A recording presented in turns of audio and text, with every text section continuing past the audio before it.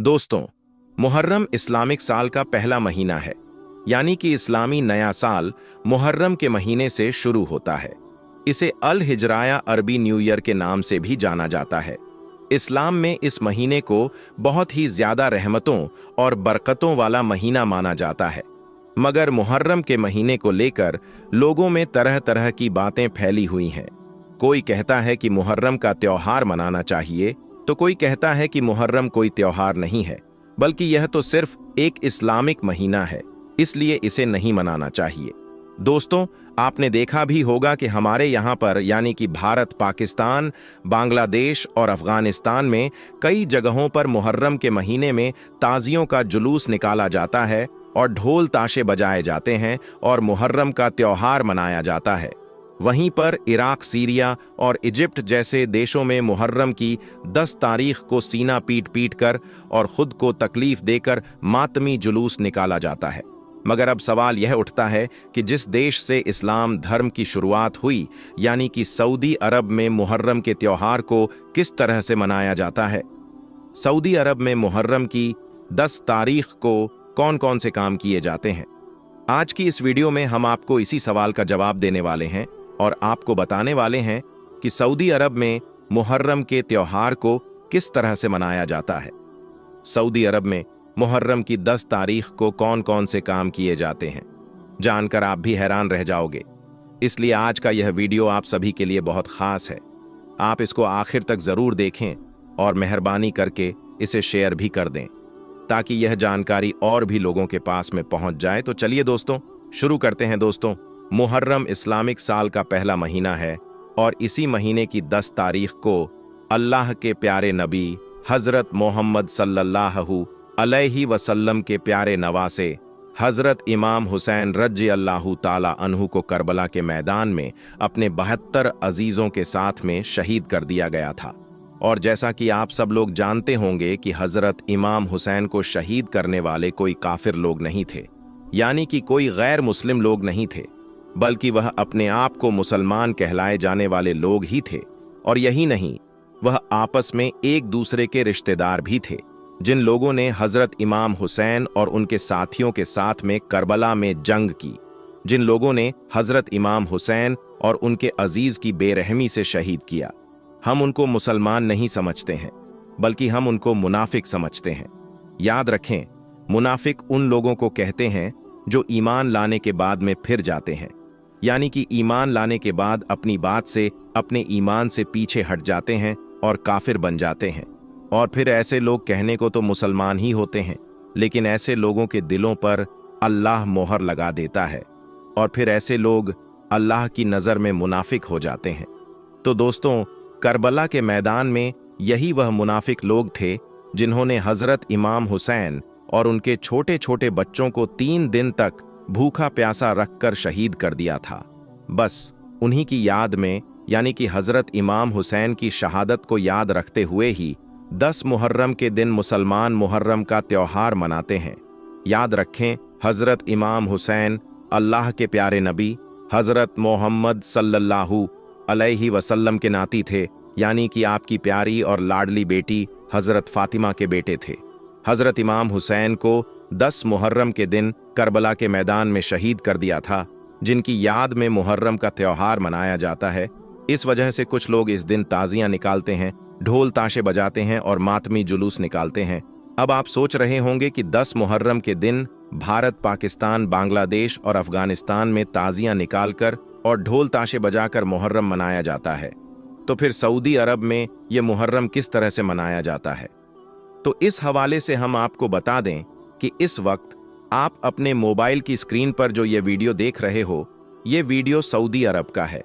Saudi अरब में कुछ जगहों पर खास करके जहां पर शिया लोग ज्यादा रहते हैं, उस जगह पर इस तरह से मातम करके मुहर्रम का त्योहार मनाया जाता है और हजरत इमाम हुसैन की याद को ताज़ा किया जाता है, क्योंकि सऊदी अरब के कानून के मुताबिक आप यहाँ पर किसी भी किस्म का कोई ताजिया नहीं बना सकते हैं और ना ही यहाँ पर ढोल नगाड़ा बजा सकते हैं और ना ही यहाँ पर कोई अलम उठा सकते हैं। यानी कि मुहर्रम के महीने में आप सऊदी अरब में यह ताजियादारी और यहाँ ढोल ताशे नहीं बजा सकते हैं। और हम आपको बता दें कि यहाँ केवल सऊदी अरब का ही कानून नहीं है, बल्कि सारे अरब देशों में यही कानून है।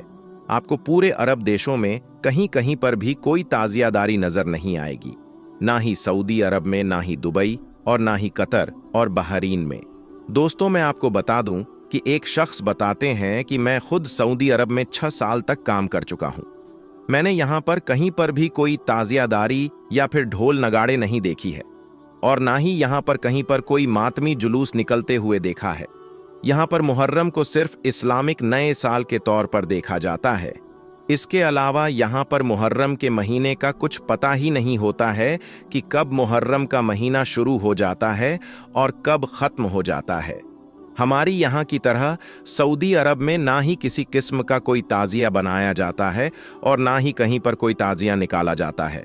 लेकिन हाँ, मैंने सऊदी अरब में यह ज़रूर देखा है कि यहाँ पर 9 और 10 मुहर्रम के दिन कुछ लोग हैं जो रोज़ा ज़रूर रखते हैं और हुसैन की याद को मनाते हैं। इसके अलावा यहाँ पर कुछ भी नहीं किया जाता है। लेकिन सऊदी अरब में कुछ जगह ऐसी भी ज़रूर है जहाँ पर शिया लोग ज़्यादा रहते हैं। वहाँ पर ज़रूर कुछ लोग 10 मुहर्रम के दिन छुप छुप कर मातम करते हैं और हुसैन की शहादत को याद करते हैं, लेकिन वह भी गैर कानूनी तरीके से ऐसा करते हैं। अगर सऊदी अरब में कोई इस तरह से मातम करता हुआ या फिर ताजियादारी करता पकड़ा जाता है तो उस पर सख्त से सख्त कार्यवाही होती है, क्योंकि ऐसा करना सऊदी अरब के कानून के खिलाफ है। इसके अलावा दोस्तों, मैंने तो 6 सालों में सऊदी अरब में कहीं पर भी यह नहीं देखा कि कोई हजरत इमाम हुसैन की शहादत को याद कर रहा हो, या कोई हजरत इमाम हुसैन की याद में मुहर्रम मनाता हो, या फिर कोई सबील वगैरह वहां पर बनाई जाती हो और लोगों को पिलाई जाती हो। मुहर्रम के महीने में बस कुछ जगह ऐसी जरूर दिख जाती है, यानी कि कुछ जगहों पर यह नज़ारा देखने को जरूर मिल जाता है जहां पर सबील वगैरह दिख जाती है। लेकिन वहां पर भी ऐसा करने वाले हमारे ही लोग होते हैं, यानी कि हमारे भारत और पाकिस्तान के लोग होते हैं, जो वहां पर हजरत इमाम हुसैन की याद में सबील वगैरह बनाते हैं और लोगों को पिलाते हैं। मगर हम आपको बता दें कि यहाँ के जो अरबी लोग हैं वह मुहर्रम के महीने में ऐसा कुछ भी नहीं करते हैं। उन्हें मालूम ही नहीं होता है कि कब मुहर्रम का महीना शुरू हो जाता है और कब खत्म हो जाता है। वह तो सिर्फ ईद और बकरा ईद, 2 ही त्योहार को जानते हैं, यानी कि सऊदी अरब में सिर्फ 2 ही त्योहार मनाए जाते हैं। पहला ईद उल फितर और दूसरा ईद उल अजहा। इसके अलावा सऊदी अरब में कोई भी त्योहार नहीं मनाया जाता है, चाहे वह ईद मिलाद नबी हो, कोंडे की नियाज हो या फिर शबे बारात हो। इन 2 त्योहारों के अलावा सऊदी अरब में किसी भी त्योहार को नहीं मनाया जाता है। दोस्तों, अब आप बताएं कि इसमें आपकी क्या राय है। इस बात को आप किस तरह से देखते हैं? मुहर्रम के त्योहार को मनाना चाहिए या फिर नहीं मनाना चाहिए? आप इस बारे में अपनी कीमती राय हमें कमेंट बॉक्स में जरूर दें। इस बारे में आपका क्या कहना है? क्योंकि हमारे यहाँ पर यानी कि भारत पाकिस्तान में मुहर्रम के त्योहार को मनाया जाता है, अलम उठाया जाता है, जिससे हजरत इमाम हुसैन की याद ताज़ा हो जाती है। दोस्तों, ऐसा करने से हमारे जो आने वाली नस्लें हैं, हमारे जो बच्चे हैं, वह इस बात को अच्छी तरह से जान जाते हैं कि हजरत इमाम हुसैन कौन थे, उनका मर्तबा क्या था और उन्होंने करबला के मैदान में अपने पूरे घर बार को क्यों कुर्बान कर दिया था। ऐसा करने से बच्चा बच्चा जान जाता है कि हजरत इमाम हुसैन ने इस्लाम को बचाने के लिए करबला के मैदान में अपने पूरे घर बार को कुर्बान कर दिया था। यही वजह है कि आज हमारे यहाँ पर यानी कि भारत पाकिस्तान में बच्चा बच्चा हजरत इमाम हुसैन और उनके मर्तबा के बारे में अच्छी तरह से जानता है। हमारे यहाँ पर जैसे ही मुहर्रम का महीना शुरू होता है तो बच्चे बच्चे की जुबान पर हजरत इमाम हुसैन का नाम आ जाता है। लेकिन सऊदी अरब में ऐसा कुछ भी नहीं है।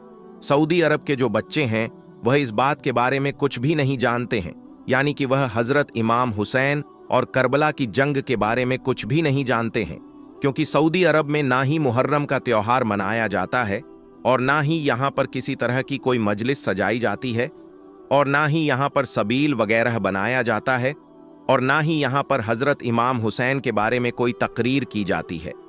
बस यहाँ पर जुम्मे के रोज खुतबा होता है, उसमें अगर कहीं पर हजरत इमाम हुसैन का नाम आ गया तो ठीक, वरना कहीं पर भी इमाम हुसैन का नाम सुनने को नहीं मिलता है।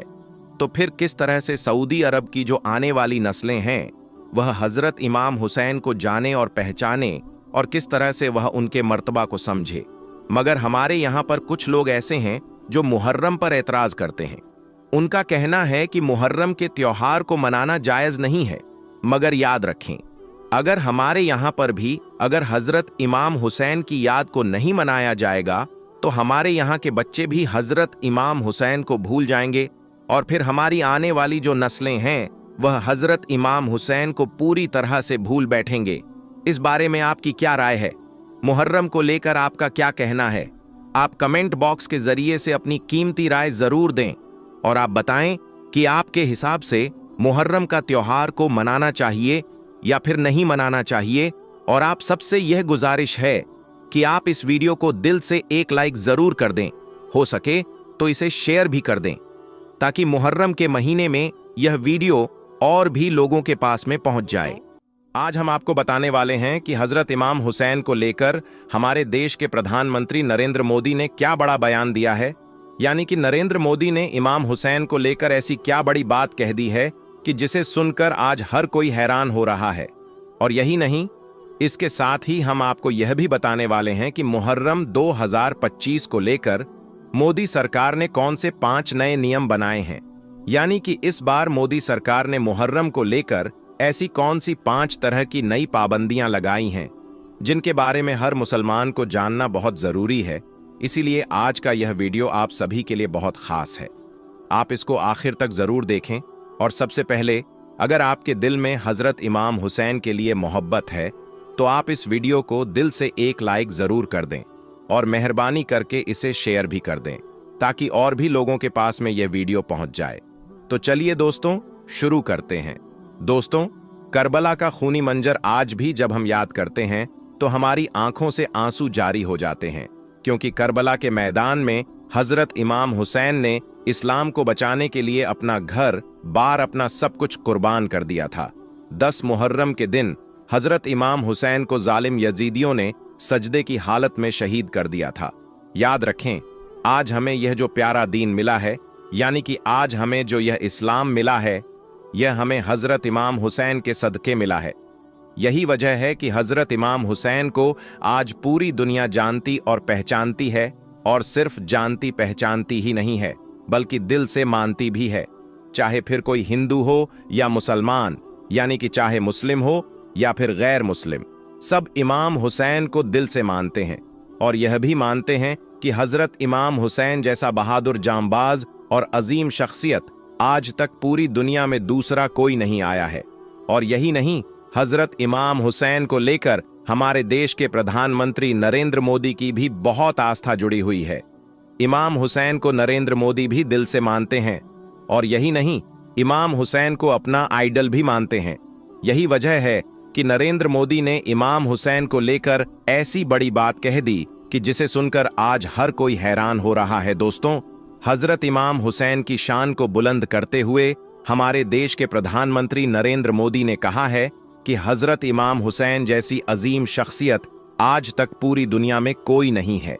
यानी कि नरेंद्र मोदी ने हजरत इमाम हुसैन की शहादत को याद करते हुए कहा कि हम सबको अपने जीवन में हजरत इमाम हुसैन के पवित्र संदेश को उतारना है और पूरी दुनिया तक आपके पैगाम को पहुंचाना है, क्योंकि इमाम हुसैन अमन और इंसाफ के लिए शहीद हो गए थे। इमाम हुसैन ने अन्याय और अहंकार के खिलाफ अपनी आवाज को बुलंद किया था। उनकी यह सीख जितनी उस वक्त खास थी, उससे ज्यादा आज के दौर में अहम और महत्वपूर्ण है। अब आप खुद सुनिए कि प्रधानमंत्री नरेंद्र मोदी ने हजरत इमाम हुसैन को लेकर क्या बड़ा बयान दिया है। इसके बाद हम आपको मोदी सरकार के वह 5 नए नियम भी बताते हैं जो इस बार यानी कि मुहर्रम 2025 के मौके पर मोदी सरकार ने खास लगाई है। इसलिए आप इस वीडियो को बगैर स्किप किए आखिर तक गौर से जरूर देखें। इमाम हुसैन अमन और इंसाफ के लिए शहीद हो गए। उन्होंने अन्याय और अहंकार के विरुद्ध अपनी आवाज बुलंद की थी। उनकी ये सीख जितनी तब महत्वपूर्ण थी, उससे भी अधिक आज की दुनिया के लिए ये अहम है। दोस्तों, अब हम आपको बता दें कि मुहर्रम वैसे तो इस्लामिक साल का पहला महीना है, लेकिन इसी महीने की 10 तारीख को यानी कि 10 मुहर्रम के दिन हजरत इमाम हुसैन ने इस्लाम को बचाने के लिए करबला के मैदान में अपना सब कुछ कुर्बान कर दिया था। यही वजह है कि जब भी मुहर्रम का महीना आता है तो हर इंसान के जहन में करबला का यह दर्दनाक वाकया घूमने लग जाता है और छोटे छोटे बच्चों की हजरत इमाम हुसैन की शहादत को याद करके आंखों में आंसू आ जाते हैं। और यही नहीं, बहुत सी जगहों पर तो हजरत इमाम हुसैन की याद में 9 और 10 मुहर्रम को ताजिया भी निकाली जाती हैं, यानी कि कई जगहों पर मातमी जुलूस भी निकाला जाता है जिसमें लोग ढोल तासे बजाते हैं, हाथों में लकड़ियां लेकर चलते हैं और अखाड़ा वगैरह खेलते हैं और कई जगहों पर तो हुड़दंग भी हो जाता है। बस इसी बात को देखते हुए इस बार यानी कि मुहर्रम 2025 को लेकर मोदी सरकार ने 5 नए नियम बनाए हैं, यानी कि 5 तरह की नई पाबंदियां लगाई हैं, जिन्हें लेकर पूरे मुस्लिम समुदाय में हड़कंप मचा हुआ है। इसलिए इन नियमों के बारे में जानना आपके लिए बहुत जरूरी है।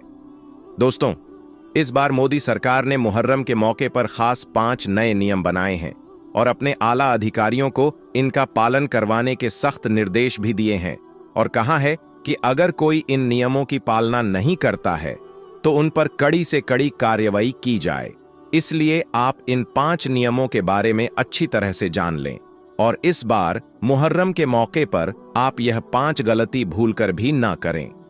नंबर 1, शस्त्रों का प्रदर्शन ना करें।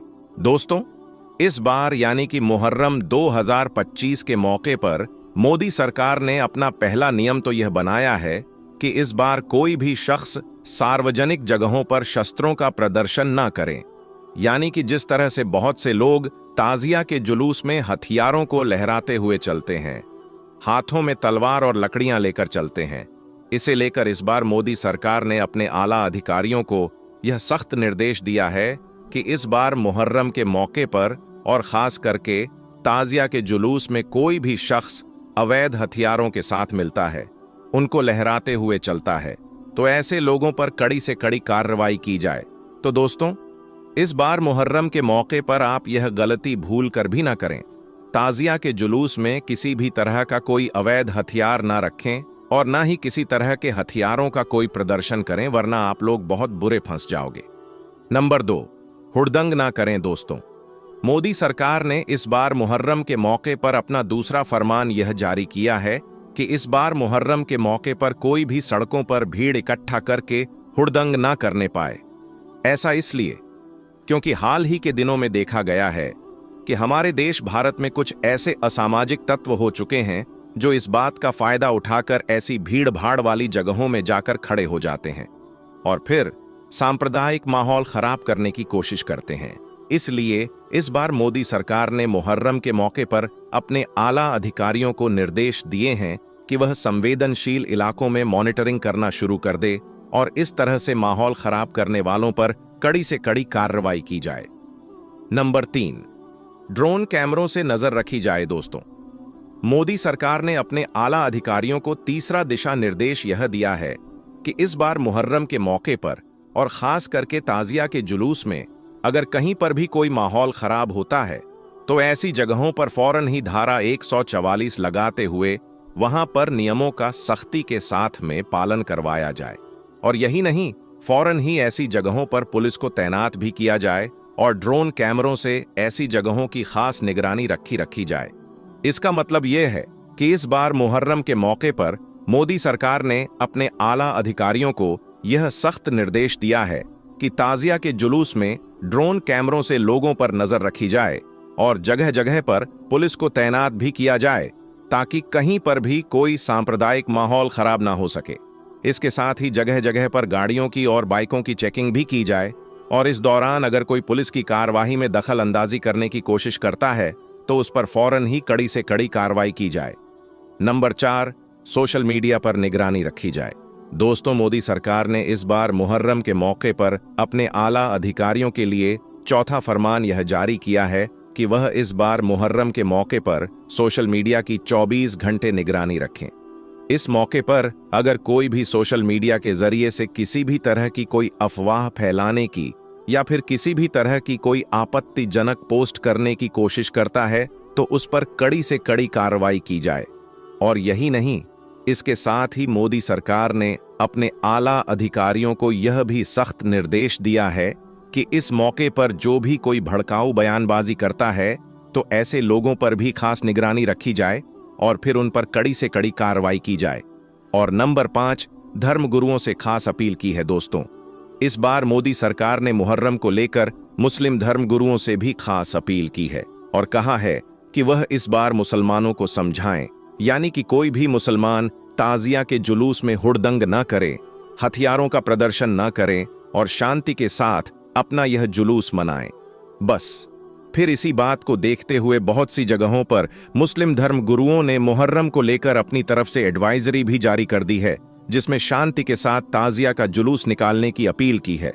दोस्तों, याद रखें, मुहर्रम का महीना बहुत ही रहमतों और बरकतों और वाला महीना है, इसलिए आप इस पाक महीने में अल्लाह ताला की खूब इबादत करें। 9 और 10 मुहर्रम के दिन का रोजा रखें और नेक और अच्छे अच्छे काम करें। लेकिन इसके साथ ही आप इस महीने में कोई भी ऐसा वैसा काम ना करें जिसकी वजह से आपको या फिर आपकी कौम को किसी भी तरह की कोई परेशानी का सामना करना पड़े। इसलिए आप इस बार हजरत इमाम हुसैन की शहादत को याद रखते हुए इन 5 नियमों का सख्ती के साथ में पालन करें। अल्लाह से दुआ है, अल्लाह पाक हम सबको सही और गलत को समझने की तौफीक दें और हजरत इमाम हुसैन की तरह दीन इस्लाम पर मर मिटने का हमारे अंदर जज्बा पैदा करें। आमीन, अल्लाहुम्मा आमीन। एक बार आप भी कमेंट बॉक्स में आमीन जरूर लिख दें।